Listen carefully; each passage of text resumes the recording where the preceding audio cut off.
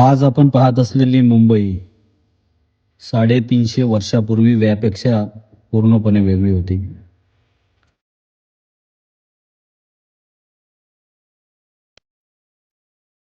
इसवी सन 1672 मध्ये इंग्रज प्रवासी आणि ईस्ट इंडिया कंपनीचा वैद्य जॉन फ्रायर हे आपले पुस्तक ईस्ट इंडिया आणि पर्सियामध्ये म्हणतो की ईस्ट इंडियामध्ये साल्सेटच्या दक्षिणेला एक बेट आहे. हे बेट दख्खन जवळील कॅनरी किनाऱ्यापासून वेगळे झाले आहे. गोव्याच्या सुमारे 60 लीग उत्तरेस आणि सुरतच्या 60 लीग दक्षिणेस हे बेट वसलेले आहे. ही 7 बेटे आहेत: बॉम्बे, कॅनोर, ट्रॉम्बे, एलिफंटा, पुचोस, मुचुंबे आणि हेन्नी केनरीचा खडकाळ भाग. ही बेटे समुद्रात दूरवर विस्तारलेली असल्यामुळे एका विस्तीर्ण खाडीचा मुख तयार होतो, जिला पोर्तुगीज बूम बे म्हणजे सुरक्षित खाडी असे म्हणतात. त्यावरूनच या भागाला बूम बे आणि पुढे बॉम्बे असे नाव पडले असावे. बॉम्बेला मुंबई देखील म्हणतात, अर्थात तिचे मूळ नाव मुंबई हेच आहे. मुंबा आईच्या नावावरून मुंबई पडल्याचे गॅझेटियर ऑफ द बॉम्बे प्रेसिडेन्सीमध्ये नमूद आहे. परंतु ही सर्व नावे 15व्या शतकानंतरचीच आहेत. त्यापूर्वीच्या इतिहासात मुंबई हे स्वतंत्र नाव सापडत नाही.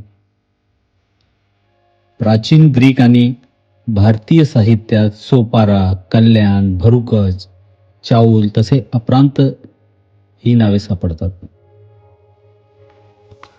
भारताच्या पश्चिम किनाऱ्यावर कायमस्वरूपी वसाहतवादी सत्ता प्रस्थापित करणारे पहिले युरोपीय म्हणजे पोर्तुगीज.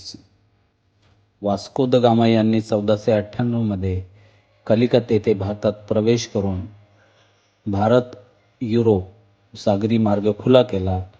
त्यानंतर पोर्तुगीजांनी पश्चिम किनारपट्टीवरील व्यापार आणि सागरी मार्गावर नियंत्रण मिळवण्यास सुरुवात केली.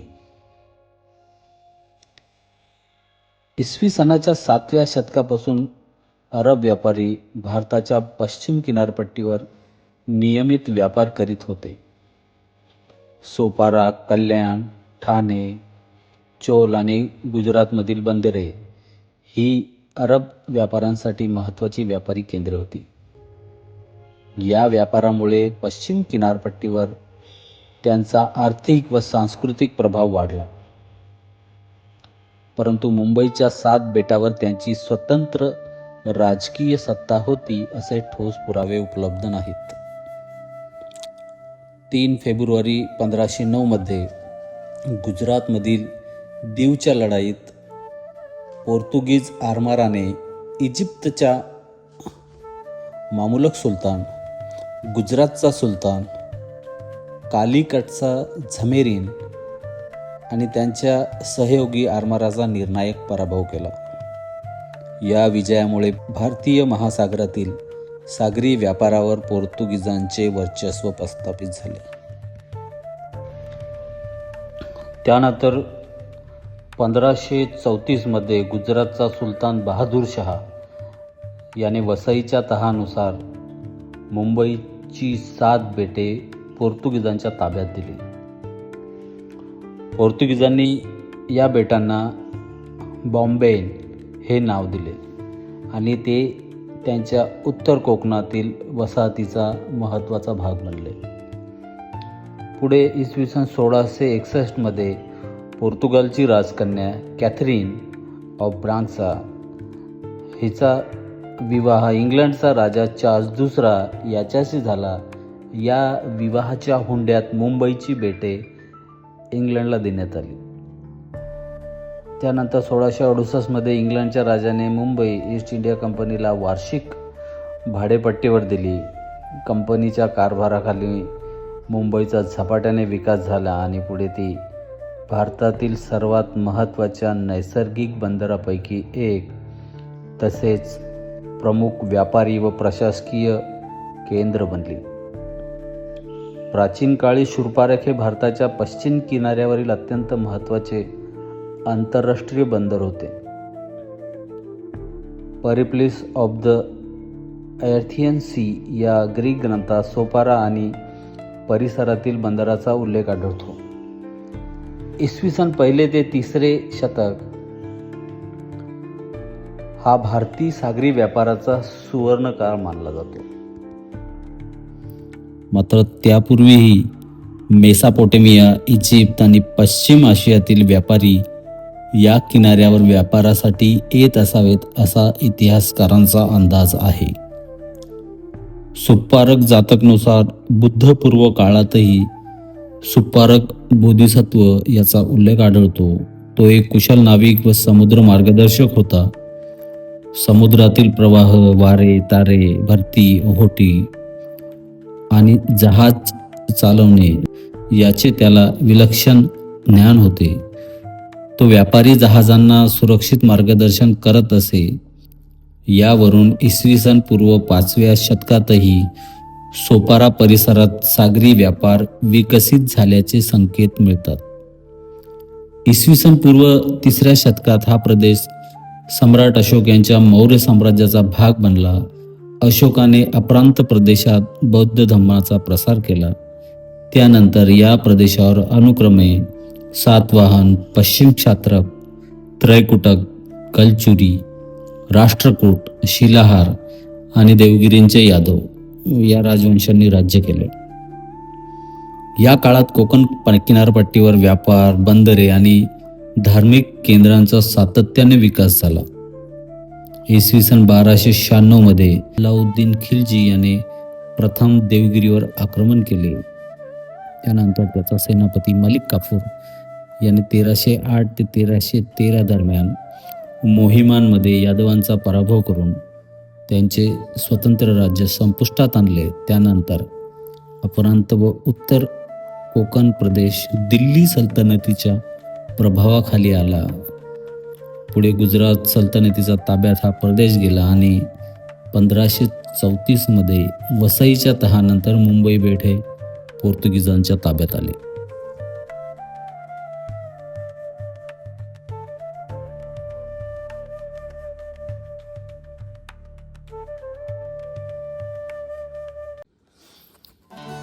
मुंबईच्या पूर्वेस सुमारे 10 किलोमीटर अंतरावर अरबी समुद्रात वसलेले एलिफंटा हे बेट भारतातील महत्त्वाच्या पुरातत्वीय स्थळापैकी एक आहे. स्थानिक लोक त्याला घारापुरी म्हणत आलेले आहेत. युनेस्कोने 1987 मध्ये या लेण्यांना जागतिक वारसा स्थळाचा दर्जा दिला. मात्र घारापुरीचा इतिहास केवळ लेण्यांपुरता मर्यादित नाही.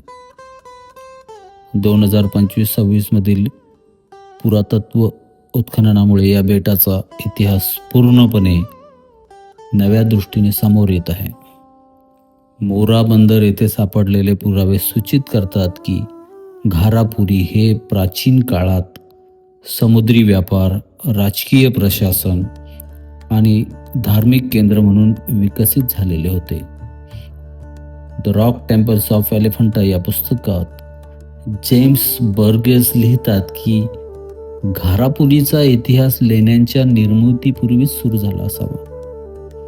बेटावरील पाण्याची टाकी, जुन्या वस्तीचे अवशेष आणि स्थान पाहता येथे लेण्यांपूर्वीही मानवी वस्ती असण्याची शक्यता आहे. त्या काळी पुरातत्व उत्खनन झाले नव्हते. मात्र 2026 मध्ये झालेल्या उत्खननाने बर्गेस यांचा अंदाज बऱ्याच प्रमाणात खरा ठरवला आहे. शिलालेख उपलब्ध नसल्यामुळे लेण्यांची निर्मिती कुणी केली हा प्रश्न पूर्णपणे निकाली लागलेला नाही. पोर्तुगीज इतिहासकार दियोगो दा कातो लिहितात की मंदिराच्या प्रवेशद्वारावर एका दगडावर मोठ्या आणि सुंदर अक्षरात एक शिलालेख कोरलेला होता. पोर्तुगीजांनी वसई आणि त्याच्या आसपासचा प्रदेश जिंकल्यानंतर पोर्तुगीज राज्यपालाने त्या शिलालेखाचा अर्थ उलगडू शकेल असा एखादा हिंदू किंवा मुसलमान विद्वान पूर्वेकडील प्रदेशात शोधण्याचा निष्फळ प्रयत्न केला. मग तो दगड काढून नंतर राजाकडे पाठवण्यात आला. नंतर राजा डॉम जिआओ तिसरा याने त्याचा अर्थ समजून घेण्यासाठी सर्वतोपरी प्रयत्न केले, परंतु त्यालाही यश आले नाही. त्यामुळे तो दगड तिथेच राहिला आणि आता त्याचा कोणताही मागमूस उरलेला नाही. आधुनिक संशोधक बहुधा या लेण्यांची निर्मिती इसवी सन 5वे ते 6वे शतक या कालखंडात कदाचित कलचुरी किंवा प्रारंभीच्या शैव आश्रयदात्यांच्या काळात झाली असावी असे मानतात. भगवानलाल इंद्रजी यांनी घारापुरी लेण्यांची निर्मिती इसवी सन 6व्या शतकात झाल्याचे मत मांडले. लेण्यांचे निर्माते हे कलचुरी राजे असण्याकडे त्यांचा कल अधिक होता, कारण कलचुरी हे पशुपात शैव संप्रदायाचे अनुयायी होते. तसेच घारापुरीतील लकुलिश यांची मूर्ती ही पशुपात परंपरेचा स्पष्ट पुरावा मानली जाते. त्यामुळे हे लेणे पशुपात शैव राजाश्रयात निर्माण झाले असावे असे त्यांनी सुचवले.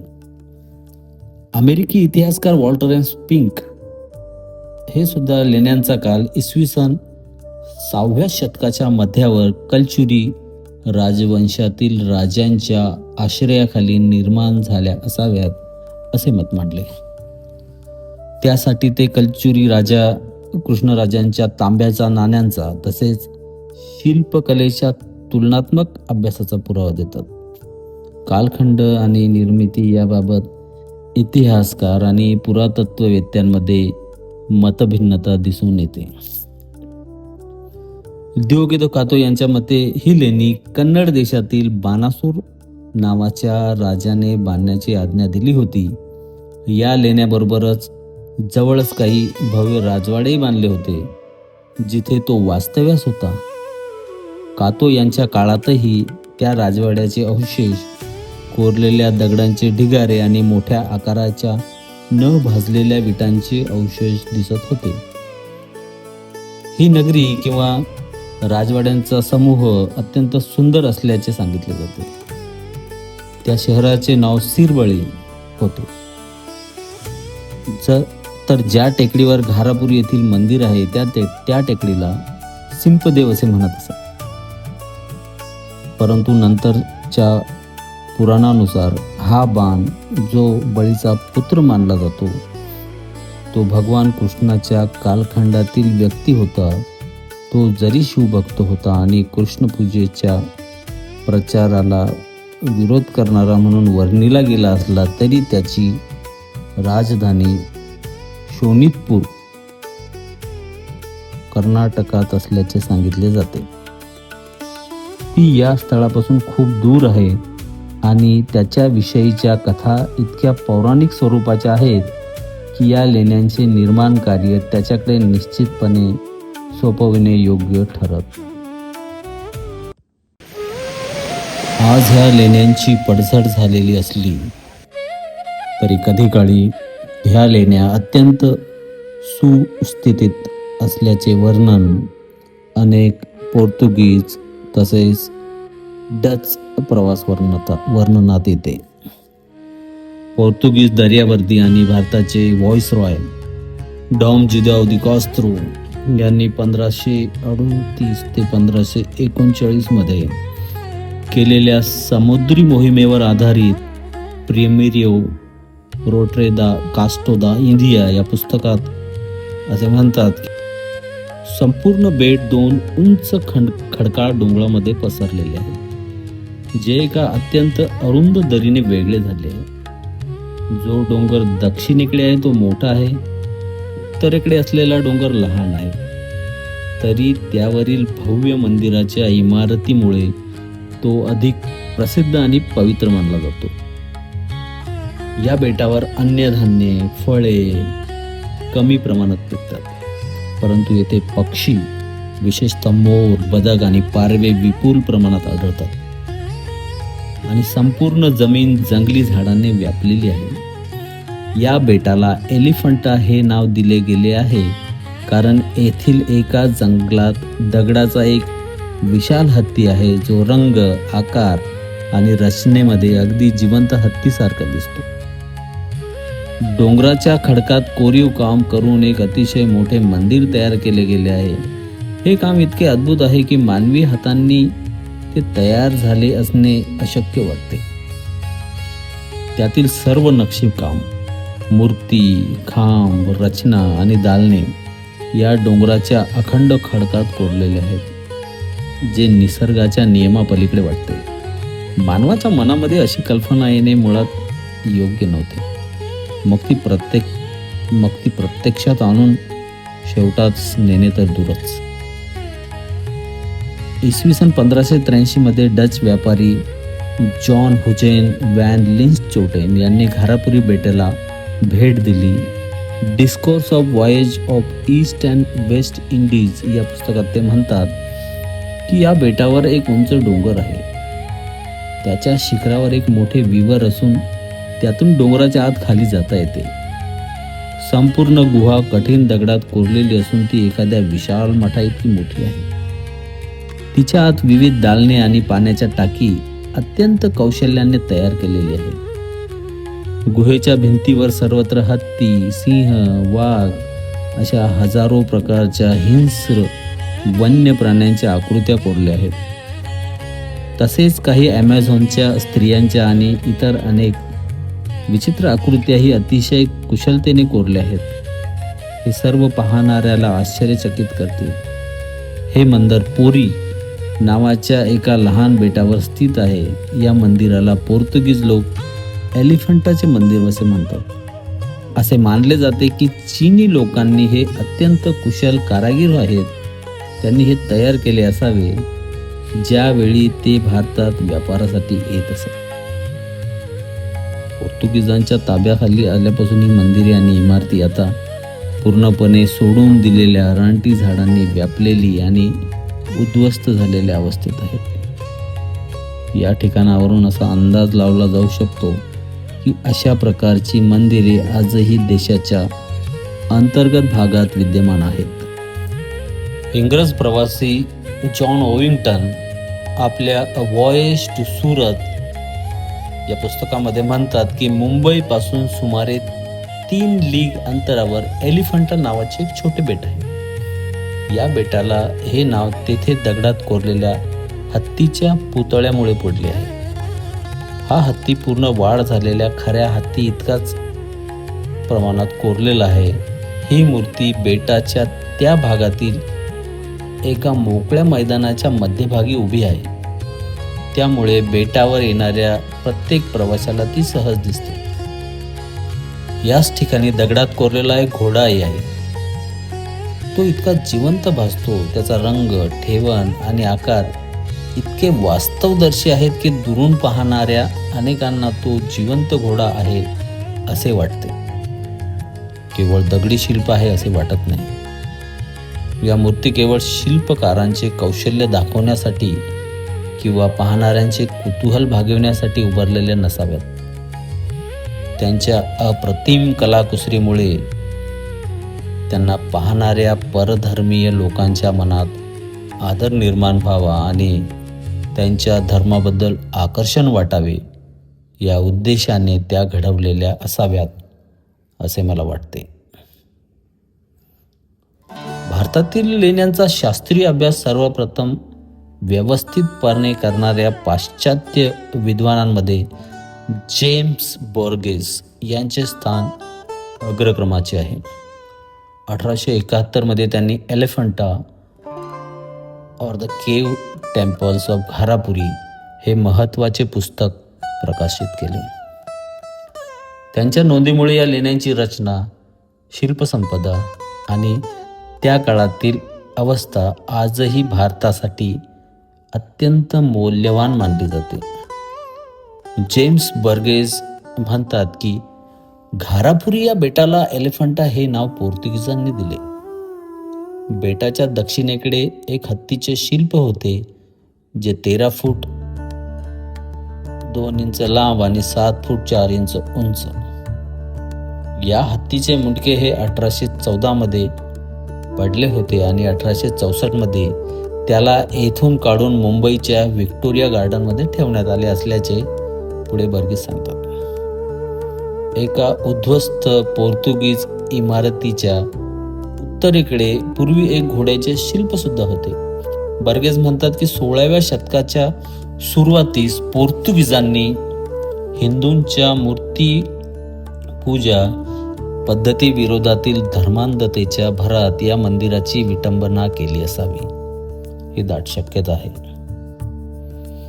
तरीही शैव उत्सवाच्या प्रसंगी विशेषतः वाणी समाजाच्या हिंदूकडून याचा वापर केला जातो आणि महाशिवरात्रीच्या सणाला फेब्रुवारीच्या मध्यानंतर येणाऱ्या पहिल्या अमावस्येच्या ठीक आधी येथे धार्मिक जत्रा भरते.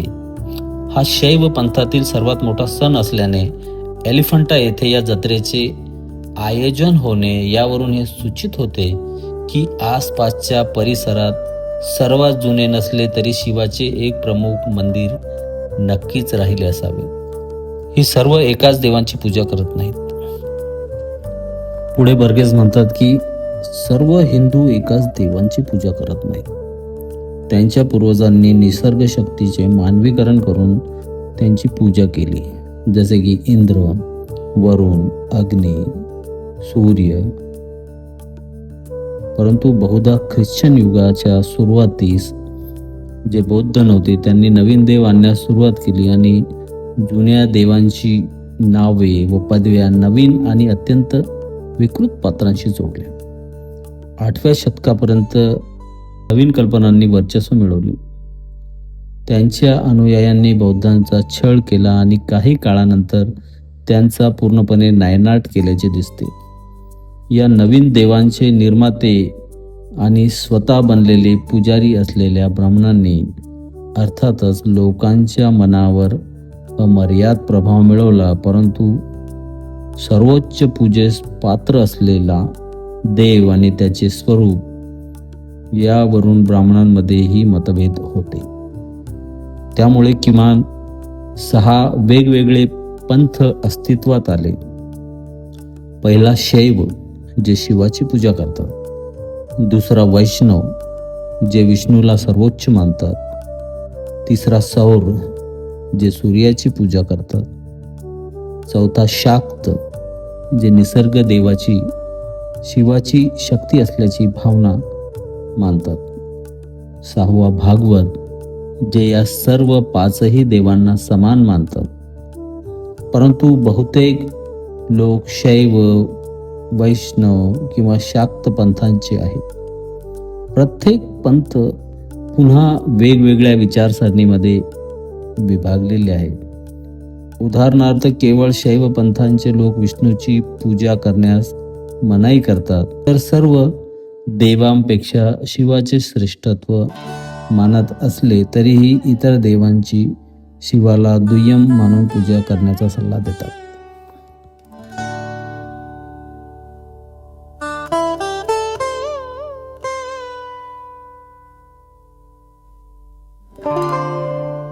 घारापुरी येथील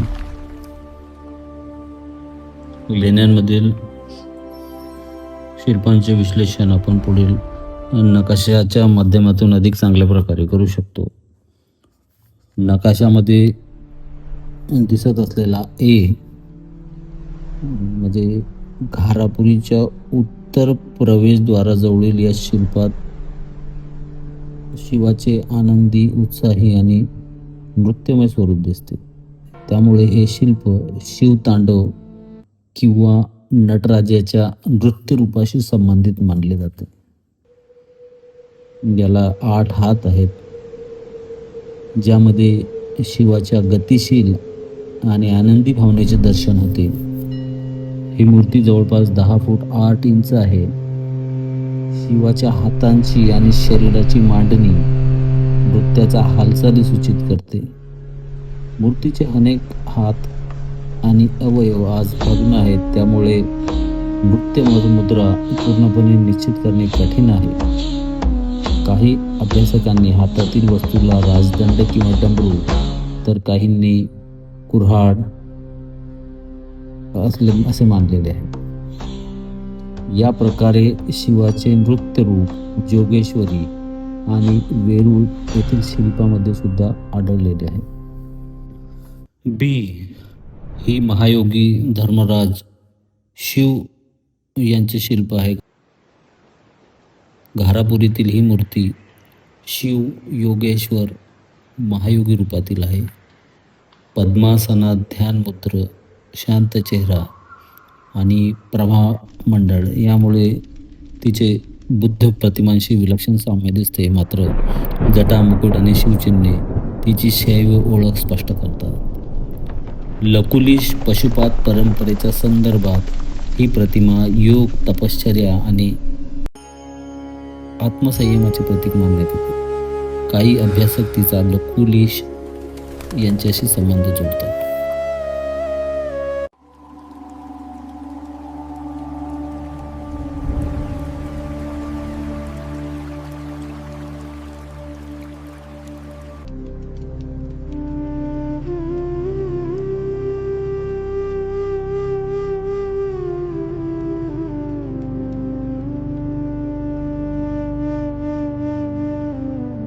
पुढील डी ही महेश मूर्ती आहे.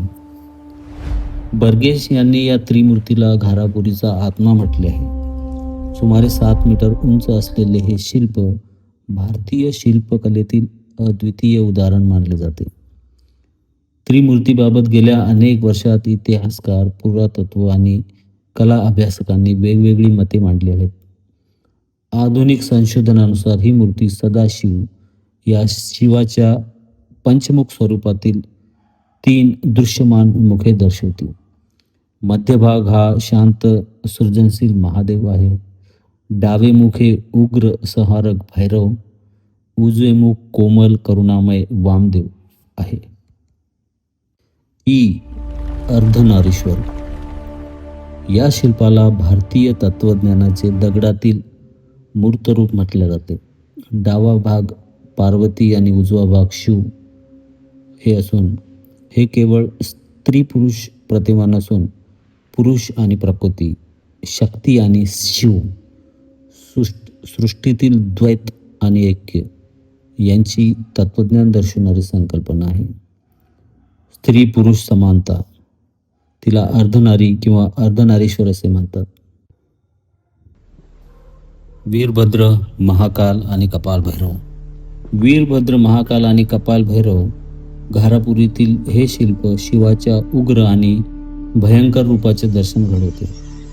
काही अभ्यासकांनी याला वीरभद्र तर काहींनी भैरव किंवा महाकाल मानले आहे. वीरभद्र हा दक्षाच्या यज्ञाचा विध्वंस करण्यासाठी निर्माण झालेला शिवाचा उग्र अवतार मानला जातो. मात्र या शिल्पातील दृश्य वीरभद्रच्या कथेशी पूर्णपणे जुळत नसल्याने त्याची ओळख निश्चित नाही. दुसरी शक्यता म्हणजे भैरव, कपालधारी, महाकाल आणि मृत्यूचे प्रतीक असलेले शिवाचे उग्र रूप, कवट्या, भयंकर भाव आणि हिंसक दृश्य यामुळे ही व्याख्या अधिक आकर्षक वाटते. जी ही मूर्ती कैलास पर्वताच्या खाली रावण हे कैलास पर्वत उचलण्याचा प्रयत्न करत आहेत या संबंधीची आहे. एच ही मूर्ती शिव पार्वती हे कैलास पर्वतावर असलेलीची आहे. आय मधील शिल्प हे शिव पार्वती विवाहाच्या म्हणजेच शिवरात्रीचे आहे. एलिफंटा येथील लेण्यांना भेट दिल्यानंतर आपण आता या बेटावरील लहान लेण्यांकडे तसेच पूर्वेकडील टेकडीवरील लेण्यांकडे वळतो. ह्या एकूण 6 आहेत. त्यापैकी 4 लेण्या पश्चिमेकडील टेकडीवर तर 2 लेण्या ह्या पूर्वेकडील टेकडीवर आहेत. या 6 लेण्यांमध्ये कोणतेही शिल्प नाहीत आणि त्यांचे बांधकामही पूर्ण झालेले दिसत नाही.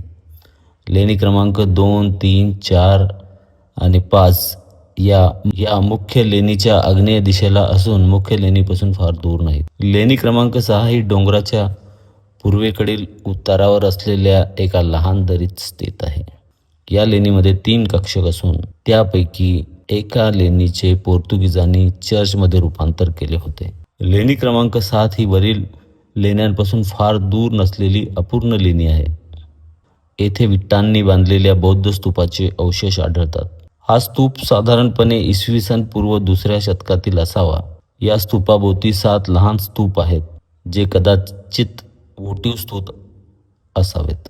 घारापुरीच्या पूर्वेकडील टेकडीवर बौद्ध शैलीतील जलकुंड, विहाराची रचना, स्तूप सदृश्य अवशेष आढळले आहेत. पुरातत्वीय अभ्यासातून असे स्पष्ट होते की हे लेणे प्रत्यक्षात बौद्ध विहार आहे. त्याच्या आराखड्यात मोठा सभामंडप, भिक्षूंसाठी निवासी कक्ष, दालन आणि पाण्याची टाकी यासारखी वैशिष्ट्ये दिसून येतात. ही सर्व वैशिष्ट्ये भारतातील इतर बौद्ध विहारांशी सुसंगत आहेत. या लेण्यात शिव, विष्णू किंवा इतर हिंदू देवतांचा भव्य मूर्ती अथवा गर्भगृहाची रचना आढळत नाही. त्यामुळे हे हिंदू मंदिर नसून बौद्ध भिक्षूंचे निवासस्थान आणि साधना केंद्र असल्याचे विद्वानांचे मत आहे. पूर्व टेकडीवर आढळणाऱ्या विटांच्या स्तूपाचे अवशेष आणि इतर बौद्ध अवशेष या लेण्यांच्या बौद्ध स्वरूपाला अधिक बळकटी देतात. यावरून घारापुरी बेटावर शैव लेण्यांच्या निर्मितीपूर्वी किंवा त्याच काळात बौद्ध धार्मिक वसाहत अस्तित्वात होती असे पुरातत्व मानतात. बौद्ध लेण्या आणि शैव लेण्यांचा काही संबंध आहे काय? आनंद कुमारस्वामी, डेव्हिड सेलग्रोव्ह, लोकेश चंद्र, ॲक्सेल वेमन यांनी बोधिसत्व अवलोकितेश्वर आणि शिव यांच्या प्रतिमांमध्ये साम्य असल्याचे सांगितले आहे. नेपाळमध्ये सेतो मच्छिंद्रनाथ येथील देवतेला बौद्ध लोक अवलोकितेश्वर मानतात, तर हिंदू शैव परंपरेनुसार पूजा करतात, शैव परंपरेनुसार पूजतात. याच्यासोबतच मेहनकल मंदिर, काठमांडू, रातो मंदिर, पाटण या ठिकाणीही हिंदू शिव तर बौद्ध अवलोकितेश्वर म्हणून येथील मंदिरामध्ये उपासना करतात. अवलोकितेश्वर यांना पद्मपाणी सुद्धा म्हणतात. ओम मनी पद्मेहू हे अवलोकितेश्वरांना, तर ओम नमः शिवाय म्हणून हिंदू शिवाची उपासना करतात. पूर्वी भारतात जैन, शैव, वैष्णव, शाक्त, भागवत हे धर्म अस्तित्वात होते. या सर्वांनाच इराणी लोक हिंदू म्हणायचे. हे सर्वच धर्म एकमेकांशी संलग्न